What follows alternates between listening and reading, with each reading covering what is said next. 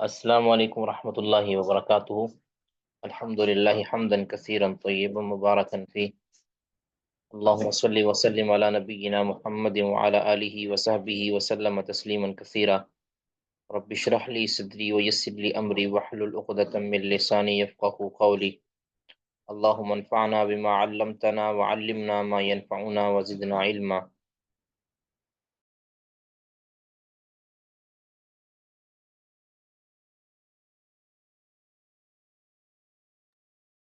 جی، روافظ کے حوالے سے ہماری بات چل رہی تھی، ان کے جو ہے نا باطل عقائد، نظریات، ان کا جو ہے نا تعارف۔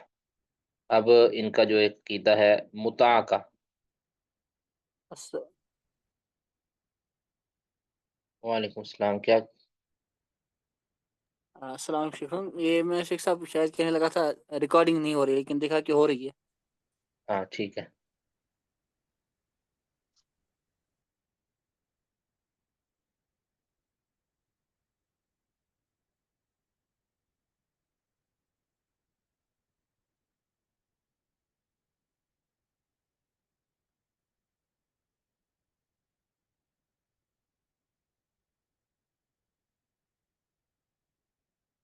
یہ متاع،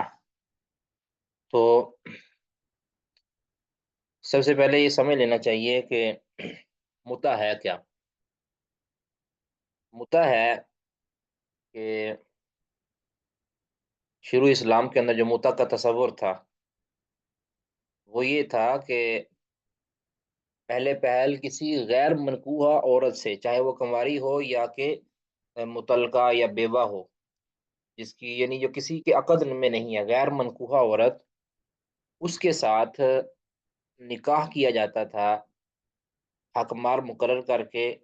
یعنی کوئی چیز عوض میں رکھ کے ایک مقررہ مدت تک، ٹھیک ہے، مثلا بھی 1 مہینے کے لیے، 10 دنوں کے لیے، 1 سال کے لیے، یہ ایک طے کیا جاتا تھا کہ 1 سال ہمارا ریلیشن رہے گا، اور اس کے لیے شرط ہوتی تھی، اس کا عوض، اس کو ہم مہر کہتے ہیں۔ تو یہ پہلے جائز تھا۔ متاع کا مطلب ہوتا ہے فائدہ اٹھانا۔ متاع ہے نا، متاع قلیل، اس طرح آتا ہے وما الحیات الدنیا الا متاع الغرور۔ تو متاع کا مطلب ہوتا ہے فائدہ اٹھانا، یعنی وہ میاں بیوی بن جاتے تھے اور وہ ایک دوسرے سے اپنی جو خواہش پوری کرتے تھے۔ تو ایک مقررہ مدت ہوتی تھی، طے نکاح کے وقت ہی طے ہو جاتا تھا بھی ہمارا 1 مہینہ کا ریلیشن ہوگا، 1 سال کا ریلیشن ہوگا۔ اسلام کے اندر یہ تھا شروع کے اندر، جس کو بعد میں منسوخ کر دیا گیا۔ اور اب جو ہے نا، جو متعین مدت کر کے نکاح کرنا یہ جائز ہی نہیں ہے، یہ باطل نکاح ہوگا، اور یہ متع ہے، اور متع کو قیامت تک کے لیے حرام کر دیا گیا ہے۔ اور اس پر متعدد دلائل موجود ہیں، امت کا اجماع اس پر دلالت قرآن ہے، اور بہت سے علماء نے اس پر اجماع کا ذکر کیا ہے، متواتر اس پر احادیث ہیں، اور کہ یہ ایک متع جو ہے نا منسوخ ہو چکا ہے، متع کی یہ والی صورت۔ لیکن یاد رکھیں کہ جو روافظ ہیں، روافظ کے نزدیک جو متع ہے، یعنی متع کی ایسی ایسی صورتیں وہ روافظ کے ہاں جائز ہیں کہ جو اسلام کے کسی بھی دور میں جائز نہیں رہی، وہ اسلام کے ہر دور کے اندر ہی زنا قرار پائی ہیں۔ تو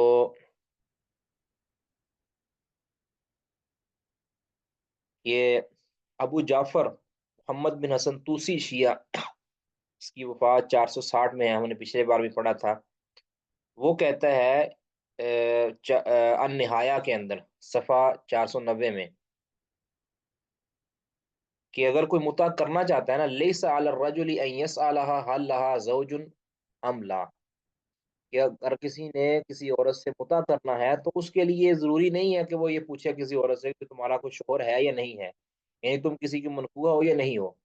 یہ اتنی کبھی صورت بھی ان کے نزدیک جائز ہے کہ اگر کوئی منکوحہ ہے نا کسی کی، وہ بھی اس سے متع کیا جا سکتا ہے۔ یعنی کہنے کا مطلب کسی جس نے متع کرنا ہے اس کے لیے یہ پوچھنے کی ضرورت ہی نہیں ہے، کسی عورت سے کمٹمنٹ کرنی ہے تو وہ کسی اور کے عقد میں بھی ہے، اس کے ساتھ بھی وہ منہ کالا کر سکتا ہے۔ تو یہ متع کی صورت اسلام کے کسی دور میں بھی جائز نہیں رہی، ٹھیک ہے۔ جو صورت اسلام کے کسی دور میں جائز رہی ہے اس کو بھی اگر آج کوئی کرتا ہے تو یہ حرام اور ناجائز اور زنا ہوگا۔ جائے کہ ایسی کوئی صورت اختیار کی جائے کہ جو اسلام کے کسی بھی دور میں جائز نہیں رہی۔ ٹھیک ہے، تو یہ کہتے ہیں نہایا صفحہ 490 پر ابو جعفر توسی کہ جس نے متع کرنے والا جو شخص ہے نا اس کے لیے ضروری نہیں ہے کہ وہ اپنی جو عورت جس سے متع کرنا چاہتا ہے اس سے پوچھے کہ حل لہا زوج ام لا، کہ اس کی تمہارا کوئی شوہر بھی ہے یا نہیں ہے، یہ پوچھنے کی ضرورت نہیں ہے۔ اچھا، جو ایک مشہور شیعہ جس طرح الحر العاملی کہ جس کا ہم نے ذکر کیا تھا 1104 میں غالباً اس کی وفات ہے، وسائل الشیعہ جلد 7 200 صفحہ 245 کے اندر یہ لکھتا ہے کہ ان اباحت المتعاتی من ضروریات مذہب الامامیہ،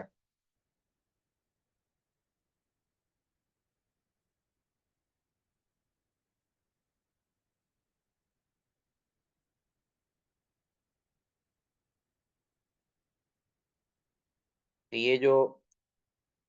متع کی کا جواز جو ہے نا یہ امامیہ کے ضروریات دین میں سے ہے۔ امامیہ کے نزدیک جو دین کی بنیادی جو چیزیں ہیں نا جس کو جاننا ہر انسان کے لیے ضروری ہے، اس کو ماننا ضروری ہے، اس کے بغیر وہ اپنے اس مذہب پہ نہیں رہ سکتا، کہتے ہیں متع کا جواز ضروریات دین میں سے ہے۔ تو ایک ان کے نزدیک یاد رکھیں کہ متع دوریہ بھی ہے، متع دوریہ، اس کا حوالہ میں اگر ڈھونڈ لوں تو مجھے مل جائے نا تو آپ حیران ہوں گے کہ متع دوریہ کس قدر یہ کبھی صورت ہے ان کے نزدیک۔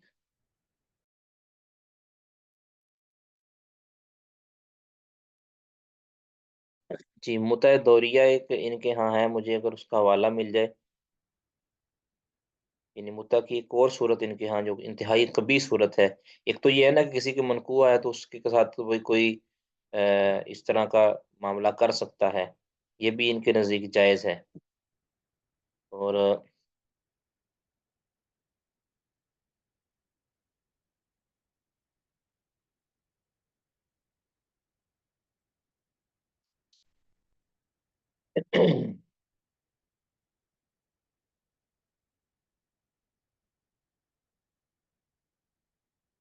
جب میں وہ انشاءاللہ ڈھونڈوں گا، ابھی مجھے نہیں مل رہا۔ ایک جو مسئلہ کہ سیدنا عبداللہ بن عباس رضی اللہ تعالیٰ عنہ کے والے سے کہ وہ متع کے قائل تھے، ٹھیک ہے، وہ متع کو جائز کہتے تھے۔ سب سے پہلی بات کہ اگر بالفرض والمحال کہ سیدنا عبداللہ بن عباس رضی اللہ تعالیٰ عنہ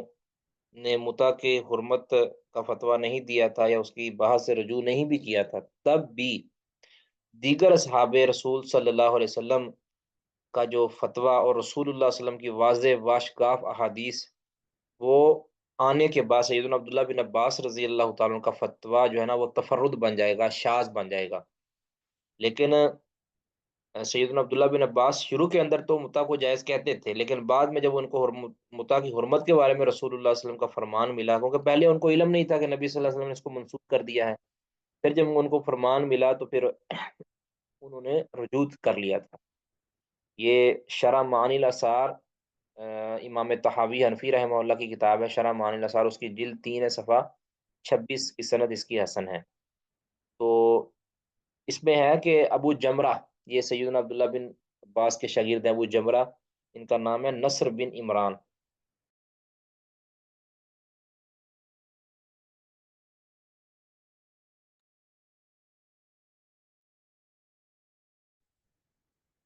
یہ بیان کرتے ہیں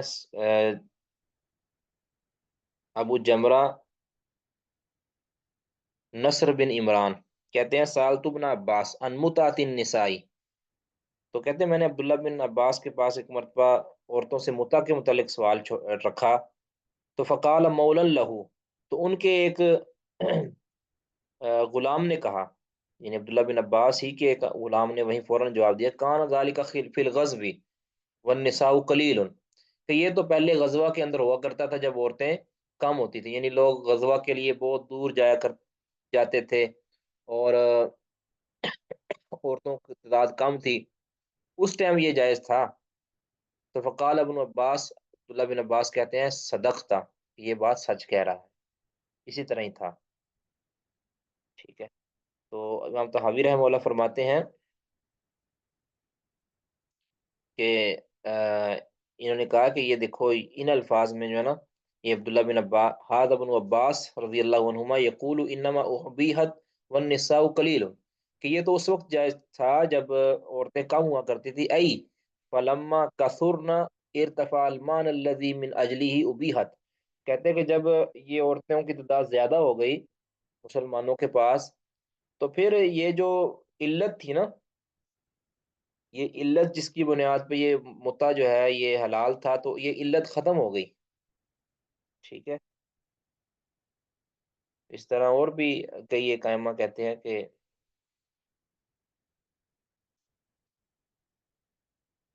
کہتے ہیں انہوں نے رجوع کر لیا تھا. باقی اس کے اوپر اور بھی دلائل موجود ہیں. ان کے شاگرد سیدنا عبداللہ بن عباس کے شاگرد عروہ بن زبیر رضی اللہ رحمہ اللہ فرماتے ہیں الا وان المتعۃ ہی الزنا، خبردار رہو کہ متع زنا ہی ہے. الناسخ والمنسوخ، امام ابو عبید قاسم بن سلام کی یہ کتاب ہے الناسخ والمنسوخ. اس کی یعنی روایت نمبر 130 ہے اور اس کی سند حسن ہے.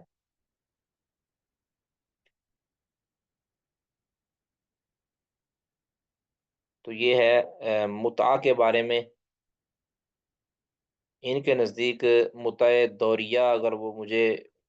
معلوم نہیں کیوں نہیں مل رہا، مجھے لکھا تھا میں نے ایک جگہ پہ نا.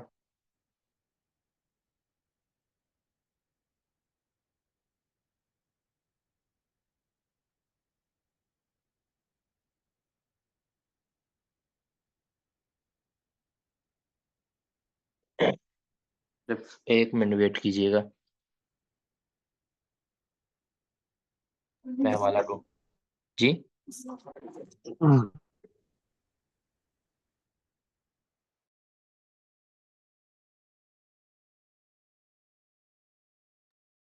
میں حوالہ ڈھونڈ کے لاتا ہوں، یہ ایک منٹ سے.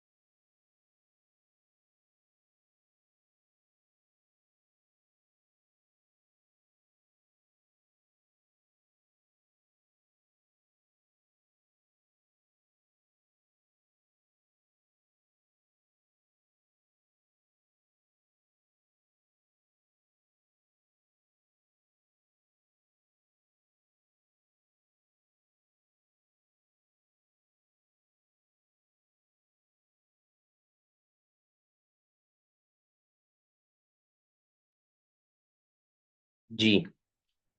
ذرا غور کیجیے گا کہ کتنا یہ گندا مذہب ہے. متع دوریہ، ایک تو میں نے پہلے عرض کر دیا کہ ایک منکوحہ ہے نا، تو منکوحہ جو کسی کی ہے اس کے ساتھ بھی کہتے ہیں کوئی متا کر لے تو کوئی حرج نہیں ہے۔ تو پہلے عرض کر دیا کہ جو متا منسوخ ہے نا اسلام کے اندر، جو کسی دور میں جائز بھی تھا، شیعہ کے نزدیک ایسی ایسی صورتیں متا کی جائز ہیں، عورتوں کے ساتھ جو ہے نا ریلیشن رکھنے کی صورتیں جائز ہیں، کہ جو اسلام کے کسی دور میں بھی جائز نہیں تھی، کسی بھی دور میں کوئی بھی اس کا قائل نہیں ہے۔ تو ایسے جیسے عرض کر دیا کہ شیعہ کے نزدیک جو ہے نا شادی شدہ عورت جو منکوحہ ہے، کسی کے عقد میں ہے، اس کے ساتھ بھی متا ہو سکتا ہے، ٹھیک ہے۔ تو یہ جانوروں جیسا کام ہے۔ اس طرح روافظ کے نزدیک ایک چھوٹی بچی ہے نا، چھوٹی بچی جو نابالغہ ہے، جو تعلق قائم کرنے کے قابل نہیں ہے، تو اس کے ساتھ بھی اگر متا کرنا چاہتا ہے تو کر سکتا ہے، ٹھیک ہے۔ اس کے ساتھ بھی اگر کوئی ایسا بے حیائی والا کام کرنا چاہتا ہے تو کہتے ہیں اس کے نزدیک اس کے ساتھ بھی کر سکتا ہے۔ اس طرح شیعہ کے نزدیک ایک متع دوریہ ہے۔ متع دوریہ کی صورت یہ ہوتی ہے ایک ہی عورت کے ساتھ، یہ ذرا سمجھنے والی بات ہے کہ یہ جتنے بھی یہ ریپ ہوتے ہیں، جو گروپ ریپ ہوتے ہیں، ان کی وجہ کیا ہے؟ تو یہ کہتے ہیں متع دوریہ، یہ کہتے ہیں جائز ہے۔ اس کی صورت کیا ہوتی ہے کہ ایک عورت ایک ہی وقت میں کئی مردوں سے متا کروا لے، ایک ہی وقت میں ایک ہی ٹائم کے اندر مختلف لوگوں کے ساتھ، وہ مختلف مردوں کے ساتھ وہ کمٹمنٹ کر لیں، وہ اپنی باری مقرر کر لیں کہ بھئی اس دن میں آیا کروں گا، اس دن وہ کہتا ہے اس دن میں آیا کروں گا۔ اگر کوئی اس طرح کر لیتا ہے، منہ کالا کرتا ہے، اس کے ساتھ بدکاری کرتا ہے، تو کہتے ہیں کہ کوئی حرج نہیں ہے، ٹھیک ہے، یہ جائز ہے۔ تو کیا یہ کوئی مذہب ہو سکتا ہے ایسا؟ خمینی نے لکھا ہے، خمینی کہتا ہے یہ اس کے بارے میں، چھوٹی بچی کے بارے میں خمینی کیا کہتا ہے، یہ جو جس کو امام خمینی کہتے ہیں، اس کا ہے تحریر الوسیلہ، ایک رسالہ ہے، کتاب ہے اس کی تحریر الوسیلہ، اس کی جلد 1 صفحہ 854 ہے، اور اس کا مسئلہ نمبر ہے 12، 12 نمبر مسئلہ ہے تحریر الوسیلہ، جلد 1 صفحہ 854۔ کہتا ہے اما سائر الاستمتاعات کاللمس بشہوۃ والضم والتفخیذ فلا باس بها حتی فی الرضیعۃ۔ میں اس کا ترجمہ نہیں کر سکتا، اگر کوئی اس کو،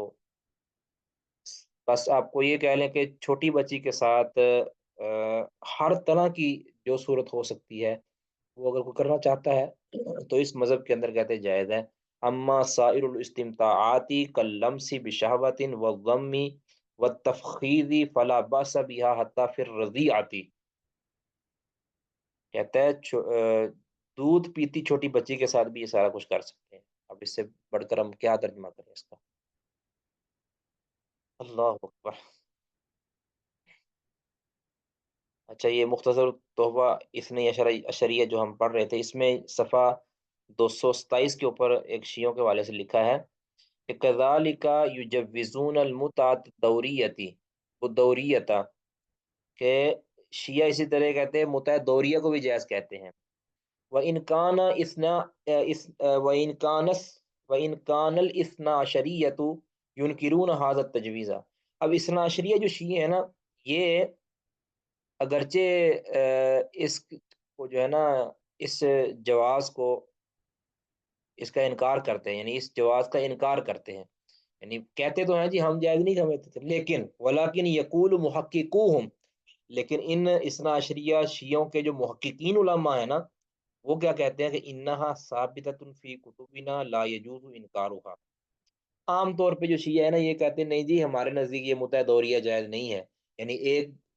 ایک ہی وقت کے اندر عورت کئی لوگوں مردوں کے ساتھ ریلیشن میں رہے، کہتے ہیں لیکن کہتے ہیں کہ جو ان کے محققین علماء کرام ہیں، وہ اس کو، وہ اقرار کرتے ہیں کہ انہا ثابتۃ فی کتبنا لا یجوز انکارها، کہ یہ جو مسئلہ ہے یہ ہماری کتابوں میں ثابت ہے، اس کا انکار کرنا جائز نہیں ہے۔ اور پھر سود کہتے ہیں وصورتها ان یستمتع جماعت من امرات واحدۃ من امرات واحدۃ، ایک پوری جماعت یعنی مردوں کی ایک جماعت ایک ہی عورت کے ساتھ وہ متا کرے، ویقرروا الدور والنوبۃ، اور وہ ان میں سے ہر ایک اپنے لیے جو ہے نا ایک باری مقرر کر لے، کب وہ آئے گا کب وہ آئے، فیجامعها من لہو النوبۃ من تلک الجماعتی فی نوبتی، کہتے اور بالی مقرر کر کے وہ اس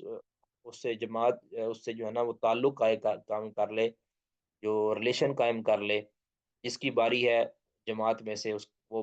جو ہے نا اپنی اپنی باری کے اندر آ کے ان کے ساتھ ریلیشن قائم کر سکتے ہیں۔ تو یہ ان کے محققین علماء جو ہے نا اس کا اقرار کرتے ہیں اپنی کتابوں کے اندر، اس کے مختلف حوالے بھی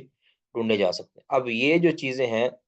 یہ اسلام کو کسی دور میں بھی جائز نہیں رہی۔ جی تاجور صاحب۔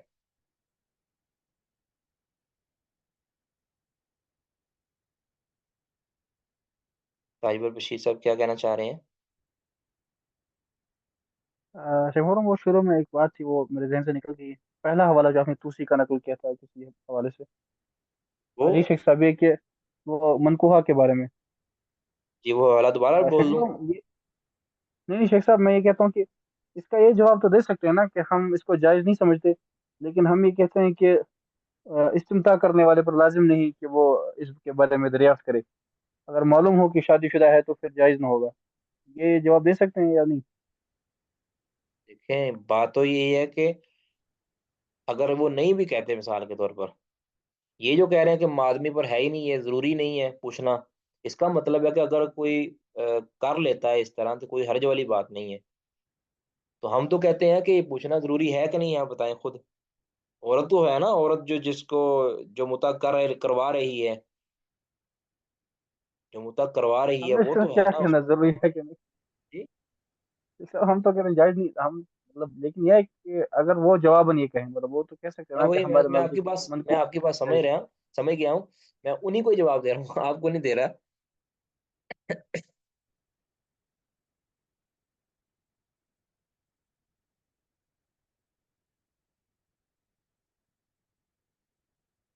جو صورت حال ہے نا جی، میں نے پہلے بھی عرض کیا تھا، ہمارے بھی کچھ دوست ایسے تھے جو شیعہ تھے پہلے، انہوں نے بھی یہ اس کو جو ہے نا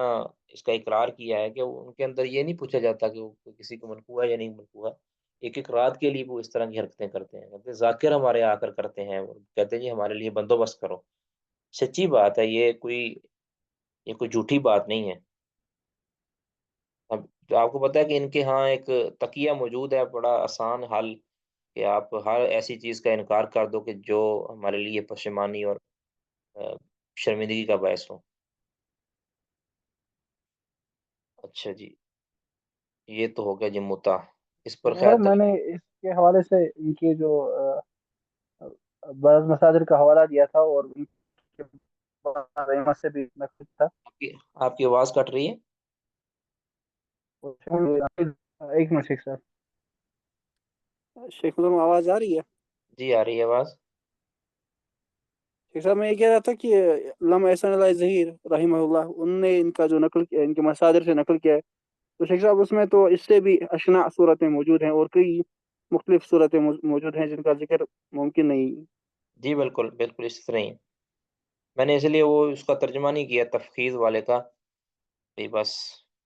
جس نے سمجھ لیا سمجھ لیا، جس نے نہ سمجھا کوئی اچھی بات ہے، نہیں سمجھا تو اچھا۔ ایک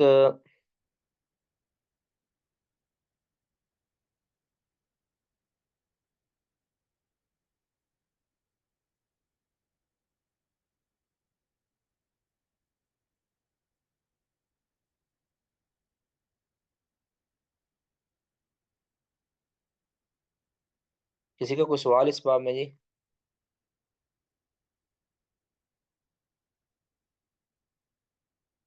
جی کوئی سوال نہیں؟ اچھا جی، اب آتے ہیں جی، بڑا اہم مسئلہ ہے باغ فدق کا۔ باغ فدق یہ آپ نے اکثر گاڑیوں کے پیچھے بھی لکھا ہوا مظلومہ مظلومہ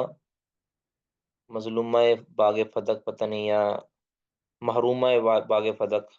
اس طرح کے لفظ سیدہ فاطمہ رضی اللہ تعالیٰ عنہ کے بارے میں، کہ ان کو باغ فدق سے محروم کر دیا گیا۔ تو اس پر ویسے ہم بات پہلے کر چکے ہیں، لیکن ابھی تھوڑا سا جو ہے نا اس کو مزید اس پر جو ہے نا ہو جائے۔ باغ فدق کا جو مسئلہ ہے، شیعہ کا اعتراض ہے، کہتے جی سیدہ سیدہ فاطمہ رضی اللہ تعالیٰ عنہ کو اس وراثت سے محروم کر دیا گیا، اور نعوذ باللہ سے ابوبکر صدیق نے وراثت چھین لی، اور نبی صلی اللہ علیہ وسلم کی بیٹی کا حق نہیں دیا، ٹھیک ہے، یہ اعتراض کرتے ہیں وہ سیدنا ابوبکر صدیق رضی اللہ تعالیٰ عنہ وغیرہ پر۔ تو جس طرح کہ ان کا وتیرہ ہے کہ وہ ہر وقت صحابہ کی تان کے اندر رہتے ہیں، صحابہ اکرام رضوان اللہ علیہم مجمعین کو کریدنے اور ان کو متون کرنے کی کوشش میں رہتے ہیں۔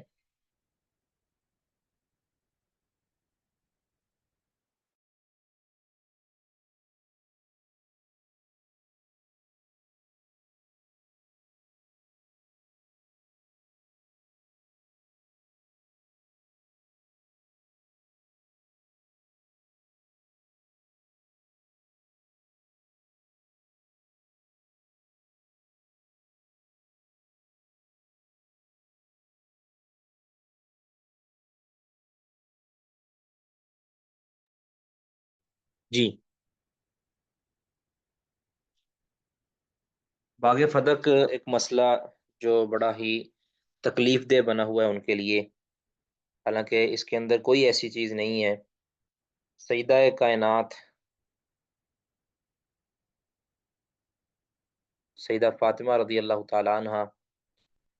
کو وہ یہ کہہ کر پیش کرتے ہیں کہ ان کی جو وراثت ہے، ان کی جو جائیداد ہے وہ چھین لی گئی ہے، حالانکہ مسئلہ ایسا نہیں ہے، ٹھیک ہے، مسئلہ ایسا نہیں ہے۔ سیدہ فاطمہ رضی اللہ تعالیٰ عنہ سیدنا ابوبکر صدیق رضی اللہ تعالیٰ عنہ کے پاس گئیں، یا بلکہ گئی نہیں ہے، انہوں نے سیدنا وہ علی رضی اللہ تعالیٰ کو بھیجا کہ میری وراثت کا جو ہے نا وہ مطالبہ کر کے آئیں، ٹھیک ہے، وہ ان کی طرف نسبت کر دی گئی ہے کہ وہ خود گئی ہیں، مطلب یہ ہے انہوں نے بھیجا ہے اپنے خامد کو، تو وہ گئی، وہ خود ہی گئی سمجھ لیں، کیونکہ ایک روایت کے اندر آتا ہے کہ وہ خود گئی ہیں، دوسری روایت کے اندر آتا ہے کہ سیدنا علی رضی اللہ تعالیٰ عنہ گئے ہیں۔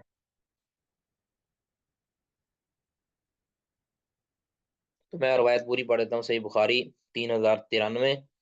92 اور 93، صحیح مسلم 1759، 1759۔ تو اس کے اندر ہے کہ ان فاطمہ بنت ان فاطمہ ابنۃ رسول اللہ صلی اللہ علیہ وسلم سالت ابا بکر صدیق بعد وفات رسول اللہ صلی اللہ علیہ وسلم، سیدہ فاطمہ رضی اللہ تعالیٰ عنہ نے سیدنا ابو بکر صدیق رضی اللہ تعالیٰ عنہ سے مطالبہ کیا نبی صلی اللہ علیہ وسلم کی وفات کے بعد کہ ان یقسم لہا میراثہا،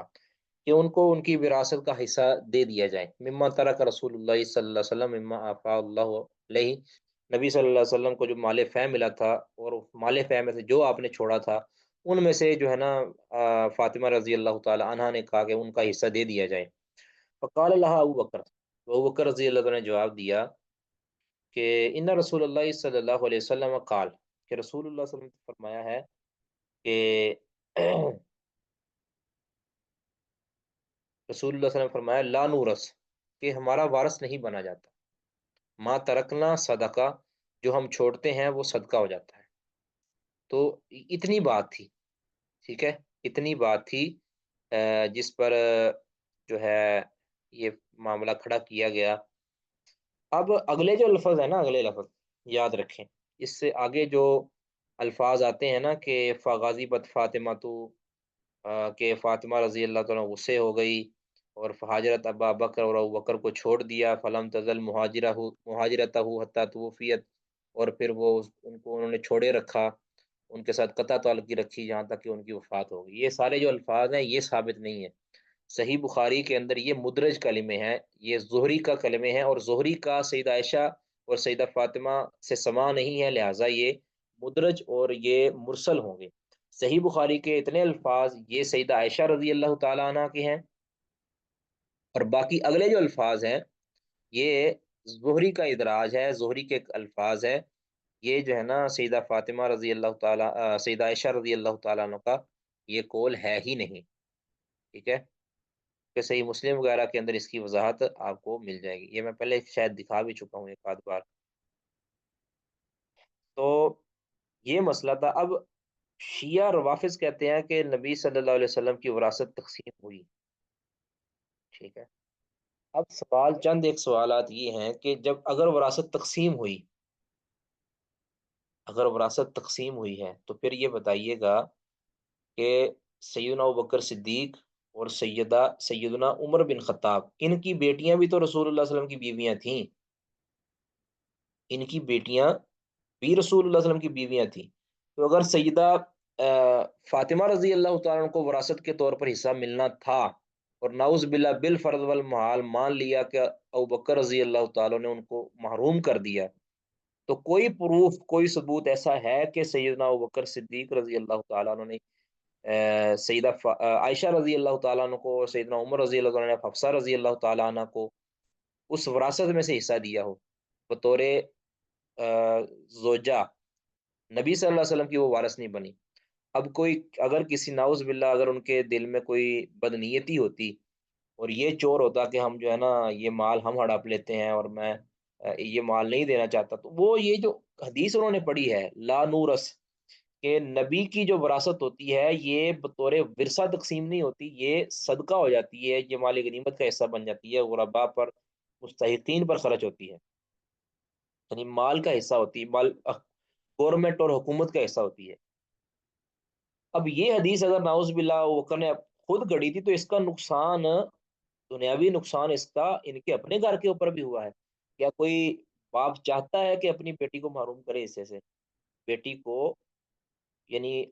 اپنے خامد کے حصے سے محروم کروا دے؟ ٹھیک ہے، تو حفصہ رضی اللہ تعالیٰ عنہ کو بھی حصہ ملنا تھا، اور عائشہ رضی اللہ تعالیٰ عنہ کو بھی حصہ ملنا تھا،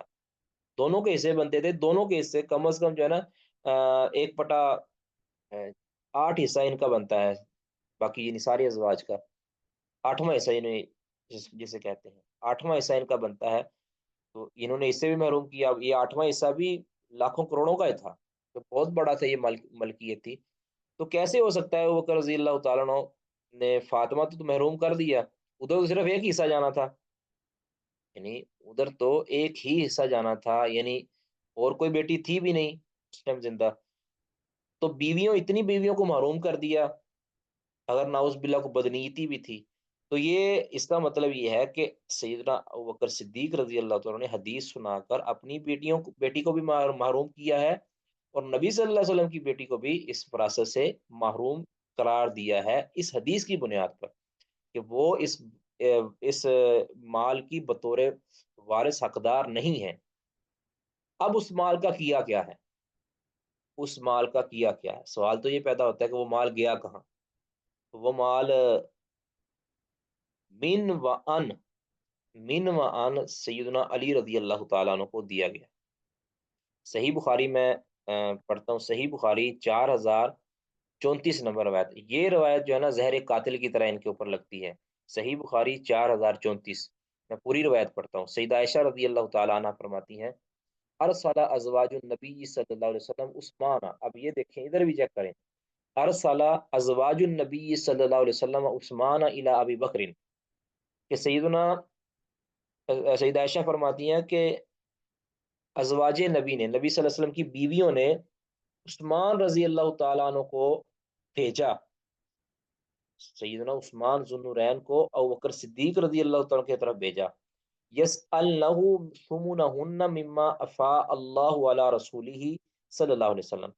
اور وہ ان سے مطالبہ کر رہی تھی کہ ان کی وہ وراثت کی قیمت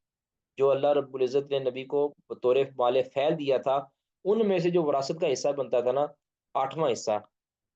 سمونہ ہننا 8واں حصہ جو ان کا بنتا ہے وہ ان کو دے دیا جائے۔ ٹھیک ہے، تو فکنت انا اردہن، لیکن کہتی سیدہ عائشہ کہتی میں ان کو منع کر رہی تھی، بالکل نہیں، فقلت لہن، میں نے ان کو کہا الا تتقین اللہ، تم اللہ سے نہیں ڈرتی، یعنی اپنی جو، میں کلیگ کہنے لگا تھا، اپنی جو سوتنے ہیں ان کو انہوں نے کہا سیدہ عائشہ نے کہ تم اللہ سے نہیں ڈرتی، علم تعلمنا ان النبی صلی اللہ علیہ وسلم کان یقول، کیا تم جانتی نہیں کہ نبی صلی اللہ علیہ وسلم نے یہ فرمایا تھا لا نورث ما ترکنا صدقہ یرید بذلک نفسہ، نبی صلی اللہ علیہ وسلم اپنے بارے میں فرما رہے تھے کہ ہمارا وارث نہیں بنا جاتا، ہم جو چھوڑتے ہیں وہ صدقہ ہوتا ہے، انما یاکل آل محمد صلی اللہ علیہ وسلم فی ھذا المال، کہتے ہیں کہ آل محمد اس مال سے کھاتے رہیں گے، آل محمد یعنی بیویاں، آپ کی بیٹیاں، آپ کی اولاد جو ہے اس مال سے کھاتے رہیں گے، جس طرح نبی صلی اللہ علیہ وسلم کے دور میں کھاتے تھے۔ یعنی کھاتے سے مراد کھاتے رہیں سے مراد کیا ہے کہ ان کو ان کا وارث نہیں بنایا جائے گا، ہاں البتہ ان کا راشن پانی سال کا خرچ جو ہے نا اسی مال سے ادا کیا جاتا رہے گا، جس طرح ادا کیا جاتا تھا نبی صلی اللہ علیہ وسلم کے دور میں۔ انما یاکل آل محمد صلی اللہ علیہ وسلم فی ھذا المال۔ اب یہ حدیث سنی جب فانتہا ازواج النبی صلی اللہ علیہ وسلم الی ما اخبرتہن، کہتے ہیں کہ سیدہ عائشہ رضی اللہ تعالیٰ عنہ نے جو خبر دی تھی ان کو بتایا تھا، انہوں نے پھر یہ سن کے جو ہے نا اپنا ارادہ ترک کر دیا، باز آ گئیں، اس مطالبہ سے رک گئیں۔ کالا، اب آگے راوی کہتے ہیں کہ فکانت ہذی صدقۃ بید علی، یہ جو پھر صدقہ تھا نا، یہ جو مال تھا یہ علی رضی اللہ تعالیٰ عنہ کے قبضہ کے اندر رہا، یعنی انتظام و انصرام کے آل محمد اسے کھاتے رہے گا، اور اس کا جو اصل مال ہے، اصل حق ہے، وہ اس حکومت کے حصے میں رہے گا، حکومت اس کی وارث ہے، حکومت اس کی مالک ہے، حکومت جو ہے نا آگے آل محمد پر خرچ کرے گی، دیگر لوگوں پر خرچ کرے گی۔ تو سیدنا علی رضی اللہ عنہ نے اس کا انتظام سنبھالا۔ مانا علی عباسن، کہتے ہیں کہ علی رضی اللہ تعالیٰ عنہ نے اس مال کے انتظام سے عباس کو روکا، فغلبہ علیہ، اور روک کر اس پر غالب آ گئے، یعنی مطلب کہ ان کا آپس میں اختلاف ہوا، جس طرح کی پوری حدیث ہم نے پچھلے دنوں پڑھی تھی، سیدنا علی اور عباس کا اختلاف ہوا تو علی رضی اللہ تعالیٰ کو غلبہ مل گیا، ان کے حق میں فیصلہ ہو گیا، تو وہ انتظام سنبھالتے رہے۔ ثم کان بیدی حسن ابن عباس، پھر یہی مال حسن بن علی رضی اللہ تعالیٰ کے ہاتھ پہ رہا، یعنی ان کے قبضہ میں آ گیا، ان کے انتظام و انصرام میں آ گیا۔ ثم بیدی حسین ابن علی، پھر یہی مال، یہی وراثت کا جو سامان تھا، وراثت کیا دیا، یہی جو متروکہ مال تھا نبی صلی اللہ علیہ وسلم کا، جو باغ فدق تھا، یہ حسین بن علی رضی اللہ، یعنی سیدنا علی کے دوسرے بیٹے حسین بن علی رضی اللہ تعالیٰ ان کے قبضہ میں آ گیا، جو ان کو پھر حکومت ملی تھی نا کچھ دیر۔ ثم بیدی علی ابن حسین، پھر حسین رضی اللہ تعالیٰ کے بیٹے علی زین العابدین کہتے ہیں، ان کے ہاتھ میں آ گیا۔ وہ حسن ابن حسن، اور حسن بن حسن کے یعنی دونوں کے ہاتھ میں آ گئے، یعنی حسن کے بیٹے اور حسین رضی اللہ تعالیٰ کے بیٹے دونوں کے ہاتھوں میں، یعنی دونوں چچا زادوں نے اس مال کا انتظام سنبھالا۔ کلاہما کانا یتداولانہا، یہ جو دونوں تھے یہ جو ہے نا اس کی نگرانی کرتے تھے، ٹھیک ہے۔ ثم بیدی زید بن حسن، پھر یہ مال زید بن حسن، یعنی حسن رضی اللہ تعالیٰ عنہ کے جو بیٹے ہیں حسن، ان کے آگے بیٹے زید کے ہاتھ میں آ گیا۔ تو یہ ایک تقسیم چلتی رہی، وہی صدقۃ رسول اللہ صلی اللہ علیہ وسلم حقاً، یہ حقیقی طور پر رسول اللہ صلی اللہ علیہ وسلم کا کی طرف سے صدقہ تھا، ٹھیک ہے۔ تو یہ صحیح بخاری 4000 میں دوبارہ 4034 نمبر، تو یہ دلالت کرتا ہے کہ سیدنا ابوبکر صدیق رضی اللہ تعالیٰ نے اس کے اندر وہی تصرف کیا جس طرح رسول اللہ صلی اللہ علیہ وسلم تصرف کرتے تھے۔ عمر رضی اللہ تعالیٰ نے اپنے دور کے اندر تو یہ انتظام جو ہے نا علی رضی اللہ عنہ کو سنبھال دیا تھا، اس وقت کے بعد، اس وقت کے بعد بدستور یہ انتظام اہل بیت کے زیر سایہ رہا، تو پھر یہ کیسے کہا جا سکتا ہے کہ نعوذ باللہ نعوذ باللہ خلفاء نے تو جناب جی ان کا حق کھا لیا تھا؟ خلفاء نے حق کہاں کھایا ہے؟ خلفاء نے تو انتظام پہلے خود سنبھالا تھا، پھر وہی انتظام انہوں نے اہل بیت کو سونپ دیا۔ ہاں یہ ضرور کہا ہے، سیدنا عمر نے بھی کہا تھا کہ اگر تم یہ کہو نا کہ تمہارے حق میں یہ فیصلہ لکھ دیا جائے، تو حدیث رسول آنے کے بعد کہتے ہیں ہم یہ کام نہیں کر سکتے، تمہیں انتظام دیا جا سکتا ہے، تم اس کی نگرانی کرو، اس میں سے اپنا حق لو اور اس کو سنبھالے رکھو۔ تو یہ حق انہوں نے سنبھالا ہے، اور نہ کسی اہل بیت کسی فرد نے اعتراض کیا اس کے بعد، نہ علی رضی اللہ تعالیٰ نے، نہ عثمان رضی اللہ تعالیٰ نے، نہ عمر رضی اللہ تعالیٰ نے، ابوبکر صدیق رضی اللہ تعالیٰ نے اس انتظام کو سنبھالنے کے اندر کوئی اعتراض نہیں کیا۔ تو یہ پھر کیسے کہا جا سکتا ہے کہ نعوذ باللہ عمر نے اور ابوبکر نے اور عثمان نے جو ہے نا سیدہ کا حق کھا لیا؟ کہاں کھایا؟ کوئی ثبوت، کس ثبوت کی بنیاد پہ کھا لیا؟ یا تو کیونکہ اس میں سے انہوں نے اپنے لیے کوئی رکھا ہو، آپ تو وہ وفات ان کی ہوئی ہے، تو آپ کو بتاؤں کہ وہ مقروض فوت ہوئے ہیں، وہ فوت ہوئے ہیں تو مقروض فوت ہوئے ہیں، آپ ان کی حالت تو چیک کریں نا۔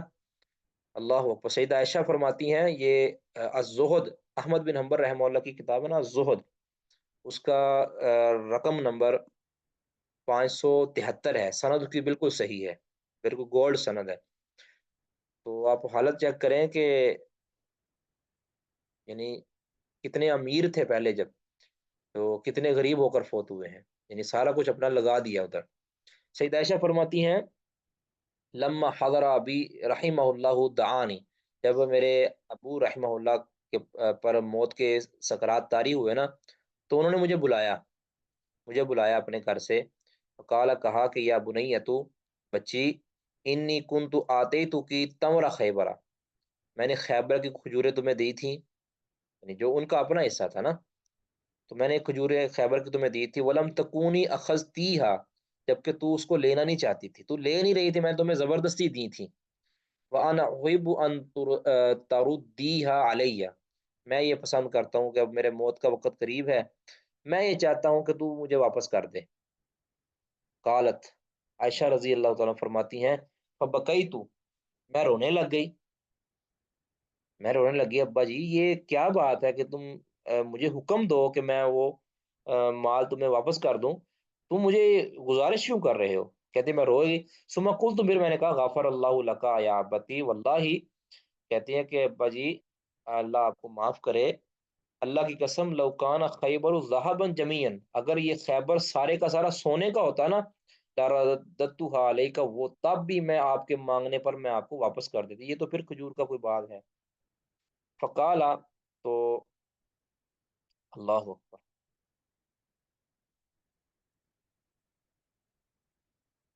ابو بکر رضی اللہ عنہ نے فرمایا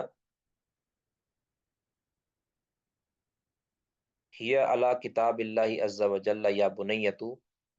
بیٹا یہ اللہ کی کتاب کے مطابق میں نے فیصلہ کر کے تمہارے حق میں وہ جو باغ تھا وہ تمہیں دیا تھا، انی کنتو اتجارا قریش و اکثرهم مالا، کہتے ہیں کہ بچے میں ایک وقت تھا کہ میں قریش کا سب سے بڑا تاجر تھا، وہ اکثرهم مالا، اور میرا مال سب سے زیادہ ہوا کرتا تھا، یعنی میں قریش میں سب سے زیادہ مالدار تھا، سب سے زیادہ بڑا تاجر تھا، لیکن فلما شغلتنی الامارت، لیکن جب سے مجھے یہ امارت یعنی خلافت نے مشغول کیا ہے نا، رأیتو،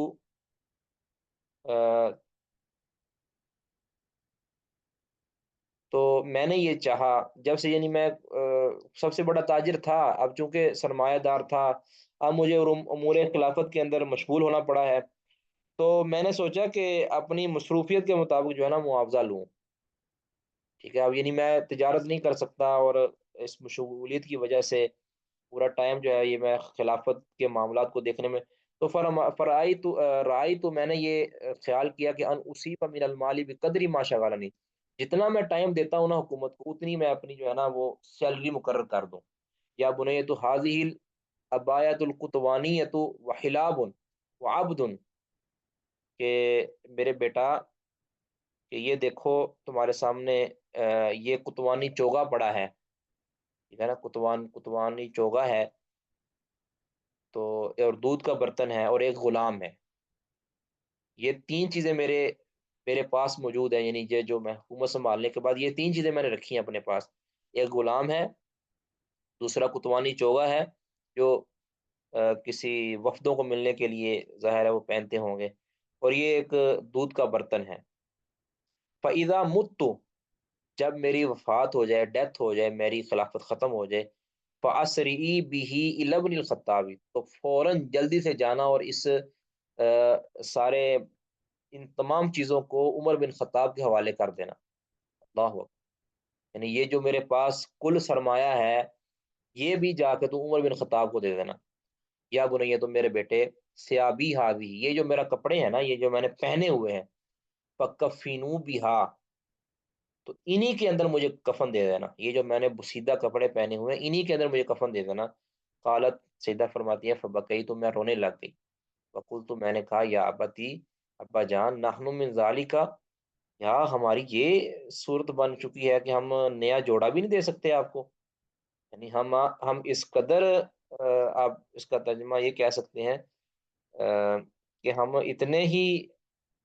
کیا اتنے بھی نہیں، ہم اتنا بھی نہیں کر سکتے کہ ہم آپ کو نیا کفن دے دیں۔ تو سید رسول اللہ سیدنا ابوبکر صدیق نے جواب دیا، یا ابتی، نہیں کہا کہ غفر اللہ لکی، بچے اللہ آپ کو معاف کرے، وحل ذالک الا للمہلی، یہ کفن تو صرف اور صرف اس کے لیے، وہ سیدھا ہونے کے لیے ہوتا ہے، کفن گلنے سڑنے کے لیے، وہ سیدھا ہونے کے لیے ہوتا ہے، تو یعنی اس کی مجھے ضرورت ہی نہیں ہے، یہ تو اس نے تو بسیدہ ہی ہونا ہے، تو لہٰذا یہ میں یہی اپنے کپڑوں کے اندر مجھے کفن دے دینا، انہیں چادروں کے اندر۔ قالت کہتی ہیں فلما ماتا، جب ابوبکر صدیق وفات ان کی ہوئی، واسطو بذالک الی عمر الخطاب، یہ جو سارا سامان تھا یہ لے کر میں عمر بن خطاب کے پاس چلے گئی، کیونکہ یہ خلیفہ نامزد ہو چکے تھے۔ فقالا، تو عمر بن خطاب نے کہا، یرحم اللہ ابا کی، اللہ آپ کے باپ پر رحم فرمائے، لقد احب اللہ یترک لقائل مقالن، یہ بہت گہرا اس کا ترجمہ ہے، لقد حب اللہ یترک لقائل مقالن، انہوں نے تو یہ جو کام کیا ہے نا، مجھے یہ سارا کچھ سونپ دیا ہے، کہتے ہیں وہ تو یہی چاہتے تھے کہ کسی بات کرنے والے کو کوئی بات کرنے کا موقع ہی نہ ملے، یعنی انہوں نے موقع ہی نہیں دیا ہے کسی کو بات کرنے کا، اس قدر وہ منصف مزاج تھے کہ کوئی بات ہی نہ کر سکے کہ عمر وہ جو خلافت سنبھالنے کے بعد ان کے پاس یہ غلام رہ گیا تھا، وہ تو کسی نے واپس نہیں لیا، وہ کسی ان کے پاس ایک دودھ کا برتن تھا، وہ واپس نہیں کسی نے لیا، کہتے ہیں وہ ایک یعنی کپڑا اور ایک یہ تین جو چیزیں تھی یہ بھی وہ واپس کر رہے ہیں کہ یہ جو ہے نا حکومت کی تھی، تو لہٰذا میں اس کو اپنے گھر میں نہیں رکھنا چاہتا۔ اس طرح عمر بن خطاب کی حالت چیک کریں، صحیح بخاری 3700 نمبر، 37، اللہ اکبر،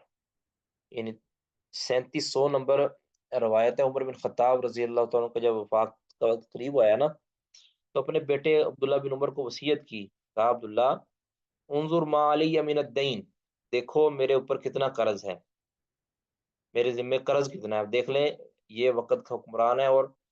کتنے لاکھ مربع میل کے اوپر ان کی حکومت تھی، اور سب سے جو ہے نا بہترین انتظام انہوں نے کیا ہے، تو کہا کہ دیکھو تو صحیح میرے ذمہ قرض کتنا ہے،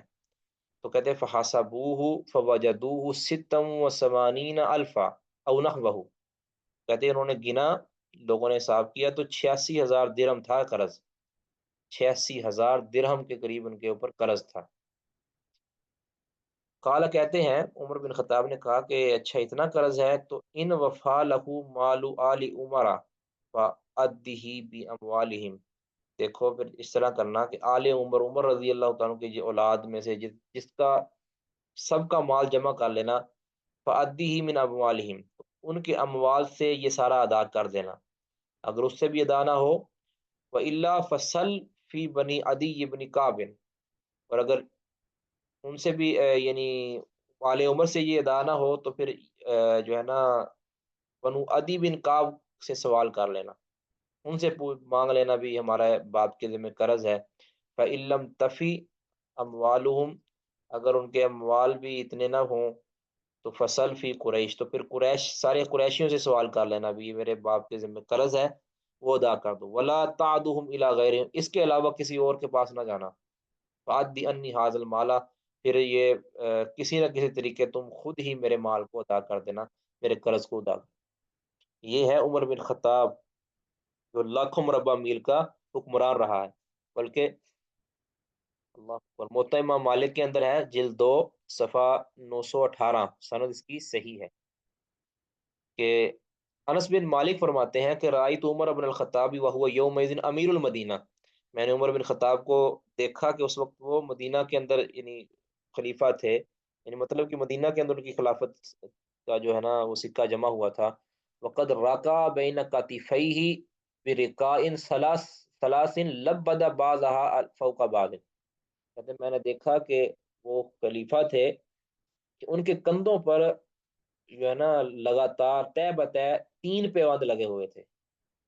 3 پیوند کندھوں کے اوپر کپڑوں کے اوپر لگے ہوئے تھے، اندازہ کیجیے، یہ ہے لاکھوں مربع میل کا مالک۔ اب یہ تو حالت زار ہے سیدنا ابوبکر اور سیدنا عمر رضی اللہ عنہ کی، ذرا غور کیجیے کہ ایسی ہستیاں جنہوں نے دنیا کے اندر حاضری نہیں اٹھایا، ایسی ہستیاں کیا کسی کا مال غصب کر سکتی ہیں؟ یہ جو صحابہ ہیں دونوں، یہ تو انتہائی سادہ نہیں وصل گزار کر کے بلکہ قسم پرسی کی حالت میں کے اندر رہے ہیں، بے سر و سمانی کے عالم کے اندر یہ دنیا سے گئے ہیں، اور نہیں کس مال کی وجہ سے ان کو متون کیا جا رہا ہے معلوم نہیں، ٹھیک ہے؟ تو یہ ان کی حالت ہے، اور ان پر الزام کیا لگایا جا رہا ہے کہ انہوں نے مال کھا لیے، جبکہ وہ حق اس میں حق بجانب تھے۔ سیدہ فاطمہ پھر یہ کہ یہ اعتراض کیا جاتا ہے کہ فاطمہ رضی اللہ تعالیٰ کو اس حدیث کا علم نہیں ہوا۔ بھی ہو سکتا ہے فاطمہ رضی اللہ تعالیٰ کو علم ہوگا۔ اب اس کی بھی میں ایک مثال دیتا ہوں۔ ایک بندے نے، ہم کہیں گئے تھے نا پروگرام پہ، تو اس نے یہ اعتراض کیا، جی دیکھو تم جو کہتے ہو کہ ابوبکر کو اور عمر کو اس حدیث کا علم تھا، کہ علی کو اس چیز کا علم نہیں تھا، تو صحیح بخاری کے اندر آتا ہے کہ علی کو بھی علم تھا، لیکن اس کا استحضار نہیں تھا، یاد نہیں تھا، یاد بھول گیا تھا۔ اسی لیے صحیح بخاری کے اندر ہی اگر آپ دیکھیں 3094 نمبر، اور صحیح مسلم کے اندر 1757 نمبر، تو اس کے اندر آتا ہے کہ سیدنا عمر رضی اللہ عنہ نے پوچھا تھا کہ اے علی، کیا واقعی رسول اللہ صلی اللہ علیہ وسلم نے یہ فرمایا نہیں تھا کہ ہم جو بھی چھوڑتے ہیں وہ صدقہ ہوتا ہے؟ علی رضی اللہ عنہ نے فرمایا کہ واقعی رسول اللہ صلی اللہ علیہ وسلم نے یہ فرمایا تھا، واقعی فرمایا تھا،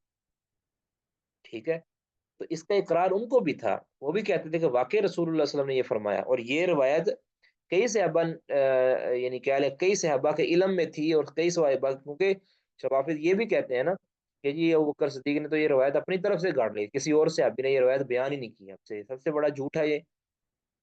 یہ روایت کئی صحابہ نے بیان کی ہے۔ آپ سیدنا ابوبکر صدیق نے بیان کی ہے، عمر بن خطاب نے بیان کی ہے، زبیر بن عوام نے بیان کی ہے، عبد الرحمن بن عوف نے اس روایت کو جو ہے نا ثابت مانا ہے، یعنی اس کا اقرار کیا ہے، سعد بن ابی وقاص نے، عثمان بن عفان نے، علی بن ابی طالب نے، عباس بن عبد المطلب نے، یہ تو یعنی 8 کے قریب صحابہ ہیں جنہوں نے اقرار کیا ہے کہ رسول اللہ صلی اللہ علیہ وسلم نے یہ روایت بیان کی، اور پھر اس کے علاوہ سیدہ عائشہ رضی اللہ تعالیٰ عنہ وہ بھی اس کے اندر شامل ہے، پھر تمام کی تمام ازواج مطہرات بھی، وہ بھی اس کو تسلیم کر گئی کہ انہوں نے مان لیا کہ واقعی رسول اللہ صلی اللہ علیہ وسلم نے ایسا ہی فرمایا ہے۔ اور پھر سیدہ فاطمہ رضی اللہ تعالیٰ عنہ بھی رک گئی تھی، انہوں نے اس مطالبے سے پیچھے ہٹ گئی کہ واقعی میں تو غلطی پر تھی، میں نے یہ جو مطالبہ کر دیا ہے کہ رسول اللہ صلی اللہ علیہ وسلم کی وراثت مجھے دی جائے، میرے تو علم میں نہیں تھا۔ تو ابوبکر صدیق نے جب وہ روایت پیش کی تو انہوں نے بالکل خاموشی اختیار کی، اور انہوں نے آگے مطالبہ کرنا چھوڑ دیا۔ سیدنا علی بھی نہیں مطالبہ، علی رضی اللہ تعالیٰ جو دوبارہ مطالبہ لے کر آئے تھے، وہ مطالبہ انتظام کا تھا، وہ مطالبہ وراثت کا نہیں تھا، ٹھیک ہے؟ یہ تھا ان کے جو ہے نا باغ فدق کا قصہ، اور باغ فدق کا کیس، جس بنیاد پر یہ اچھل کود کر رہے ہیں، اور سیدنا ابوبکر کو، سیدنا عمر کو، اور دیگر صحاب رسول کو یہ غاصب قرار دیں۔ پھر اس سے بڑی بات کہ جب چوتھے خلیفہ راشد سیدنا علی رضی اللہ تعالیٰ عنہ بنے، تو وہ انتظام خیر تھا تو پہلے بھی ان کے پاس ہی انتظام، تو عثمان کے دور میں بھی ان کے پاس تھا، عمر کے دور میں بھی ان کے پاس تھا، علی رضی اللہ تعالیٰ عنہ کے پاس، لیکن چلو اس ٹائم آپ دوسرے لفظوں میں کہہ لیں کہ یہ کہہ سکتا ہے کیونکہ ان کے پاس سلطان نہیں تھا۔ جب ان کو خلافت ملی ہے، چوتھے خلیفہ بنے ہیں، اس وقت تو پورا اختیار ان کے پاس آ گیا تھا، انہوں نے کیوں نہ انہوں نے وراثت کو تقسیم کر دیا، انہوں نے بھی کوئی تقسیم نہیں کیا۔ اس کا مطلب یہ ہے کہ سیدنا علی رضی اللہ تعالیٰ عنہ بھی یہی مانتے تھے کہ اس وراثت کو تقسیم نہیں کیا جائے گا، صرف ان کا بعد میں جو مسئلہ تھا عباس کے ساتھ، وہ صرف اور صرف اس کے انتظام کا مسئلہ تھا، ٹھیک ہے؟ اور انتظام پھر ان کے پاس ہی رہا، علی رضی اللہ عنہ کی نسل میں رہا، ان کے خاندان میں رہا، بعد میں واللہ عالم کیسے کیا بنا اس وراثت کا، واللہ عالم، اللہ بہتر جانتا ہے، کسی کو اس کا کوئی علم نہیں ہے۔ تو یہ تھا مالے باغ فدق کے والے سے۔ اب آتے ہیں جی ایک آخری مسئلہ بس مختصر، مہدی کے بارے میں شیخ کہ محترم، جی جی شیخ صاحب یہ جو پیش کرتے ہیں آیت کے زکریا علیہ السلام نے دعا کی تھی کہ وہ میرا وارث ہو، یرثنی ویرث من آل یعقوب واجعلہ رب رضیہ. تو شیخ مطلب ہم تو یوں کہتے ہیں کہ یہاں پر مراد ہے علمی وارث، یا نبوت کا وارث. لیکن شیخ صاحب یہ جو اس انہی آیت کے سیاق میں ہے کہ رب انی خفت الموالیہ من ورائی وکانت امراتی آخرہ، تو یہاں یہ موالی کا خوف وراثت کے بارے میں، یہ کس معنی میں ہے؟ تو اس سے جو جی استدلال پکڑتے ہیں. ایک منٹ ذرا مجھے دوبارہ آیت پڑھائیے گا. وانی خفت الموالیہ من ورائی. جی جی شیخ مطلب. ایک منٹ میں آیت نکالتا ہوں نا پہلے.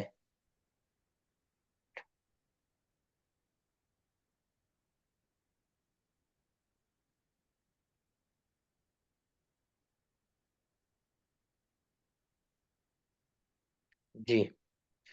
یہ ہے جی سورہ مریم آیت نمبر 5. جی صاحب، یعنی ہم جو جواب دیتے ہیں کہ یہ نبوت اور علم کے وارث ہیں، دعوت کے وارث ہیں، جی جی تو سمجھ منصب گیا. نبوت کے، تو وہ تو جواب نہیں کہیں گے کہ یہاں پر پھر موالی سے ڈرنے کی کیا بات ہے. نہیں انہوں نے ایک اس کو ہم اضافی کیسے چیز حل کریں؟ ایک چیز اضافی مانگی ہے نا کہ میں پیچھے سے موالی میں ورائی اپن وکانت امراتی آخرہ، میں اپنے پیچھے موالی سے ڈرتا ہوں بھی. ان کے اوپر جو ڈر ہے، ڈر جو ہے وہ ہر اعتبار سے ہو سکتا ہے نا، دنیاوی اعتبار سے بھی ہو سکتا ہے، اخروی اعتبار سے بھی ہو سکتا ہے، علمی ڈر بھی ہو سکتا ہے نا.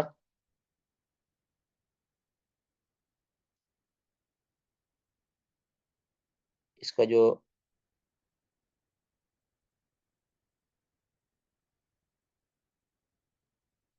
ہے نا دیکھیں سعدی رحمہ اللہ لکھتے ہیں وَإِنِّي خِفْتُ مَن يَتَوَلَّى عَلَى بَنِي إِسْرَائِيلَ مِن بَعْدِي، کہ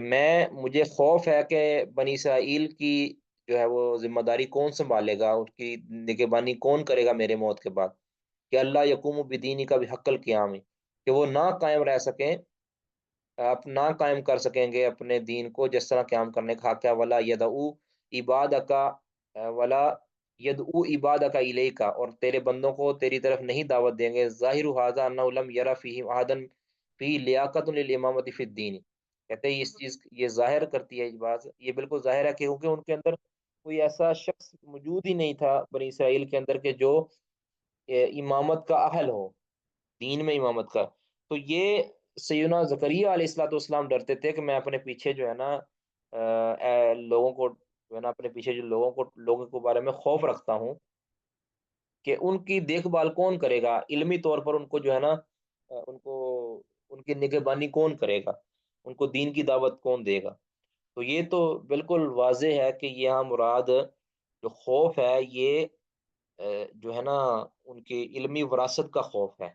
کہ کہیں وہ ضائع نہ ہو جائے، پیچھے جو ہے نا اس کی جو ہے نا دیکھ بھال، اس کی دعوت اور ارشاد کا جو کام ہے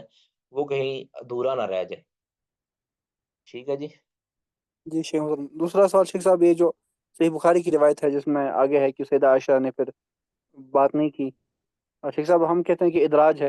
اور شیخ صاحب کیا اس پر کسی امام نے، امام حدیث نے اس کی طرف اشارہ کیا ہے پہلے؟ جی امام بہقی رحمہ اللہ نے یہ واضح کہا ہے. اس کے بعد صحیح اسی روایت کے اندر ہی نا ذکر ہے، اب ویسے تو قالت کے ساتھ ہونا چاہیے تھا نا سیدہ عائشہ رضی اللہ، تو وہاں کالا آیا ہے اور زہری کا وہ ادراج ہے. اور دیگر روایتوں کے اندر میں اگر آپ کو دکھاؤں تو مجھے انشاءاللہ ایک منٹ میں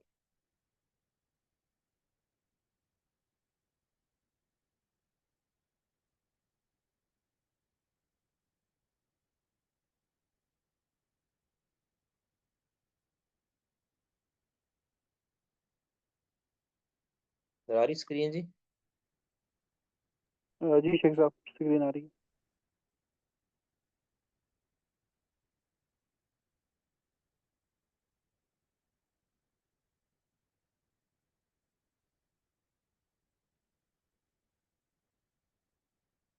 جی یہ نظر آ رہا ہے جی کالا فغازی بت فاطمہ. تو اب کالا کے پیچھے یہ زہری ہیں. اب اچھا ایک اور میں بتاؤں آپ کو بات، یہاں اس چیز کی یہ وضاحت بھی کر دیں گے میں. اچھا یہ دیکھیں جی کہتے ہیں وہ قول الزہری فی قعود علی عن بیعت ابی بکر صدیق حتی توفیت فاطمہ منقطع، ٹھیک ہے، یہ بھی اس کو زہری کا ہی قول بنا رہے ہیں، کیونکہ جی بات وہ اصل میں وہی، جی جی جی شیخ صاحب جزاک اللہ خیر. ہاں جی، قال معمر قلت لزہری کم مقصد فاطمہ بعد النبی صلی اللہ علیہ وسلم، یہ ساری بات ہے.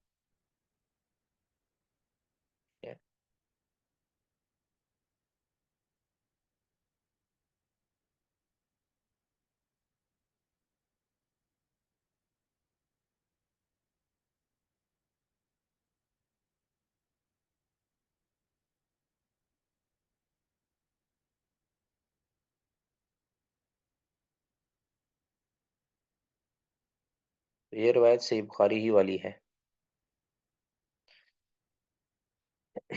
اچھا جی، آگے جی، کسی کوئی اور سوال جی اس میں، جو وراثت والی میں؟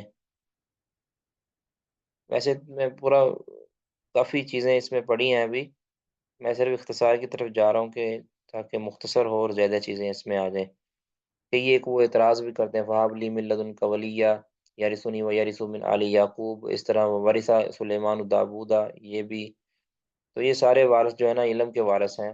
اس میں بالکل بھی کہیں بھی جو ہے نا وہ اس کے وارث نہیں ہے. پھر رسول اللہ صلی اللہ علیہ وسلم کی حدیث آنے کے بعد یہ سارے احتمالات ختم ہو جاتے ہیں. یعنی اس قرآن پاک کے اندر تو یہ وراثت جو ہے نا اس کو کہیں یہ تو نہیں کہا کہ فلاں چیز کے وارث جو وہ بنے، فلاں چیز کے وارث وہ بنے، یہ تو نہیں تھا نا، اس میں نہیں ہے. تو رسول اللہ صلی اللہ علیہ وسلم کی حدیث نے واضح کر دی، اور یہ حدیث 8 9 بلکہ زیادہ صحابہ اکرام رضوان اللہ علیہم مجمعین نقل کر رہے ہیں، تو یہ متواتر کی حد تک پہنچ جاتی ہے حدیث.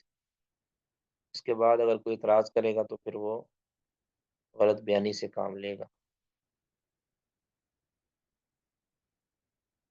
اچھا، ایک اہم مسئلہ جو ہے نا، ٹائم بھی کافی ہو رہا ہے، تو کل کی کلاس انشاءاللہ، پہلے عرض کیا تھا نا کہ کل بھی انشاءاللہ کلاس ہوگی، تو کل کی کلاس میں جو ہے نا ہم چند باتیں ذکر کر دیں گے اللہ نے چاہا. شیخ صاحب اسی ٹائم پہ ہوگی انشاءاللہ 8 بجے. جی 8 بجے انشاءاللہ، 8 بجے ہوگی. کسی کا کوئی سوال ہے تو وہ کر سکتے ہیں جی، اگر وہ کرنا چاہتے ہیں کوئی.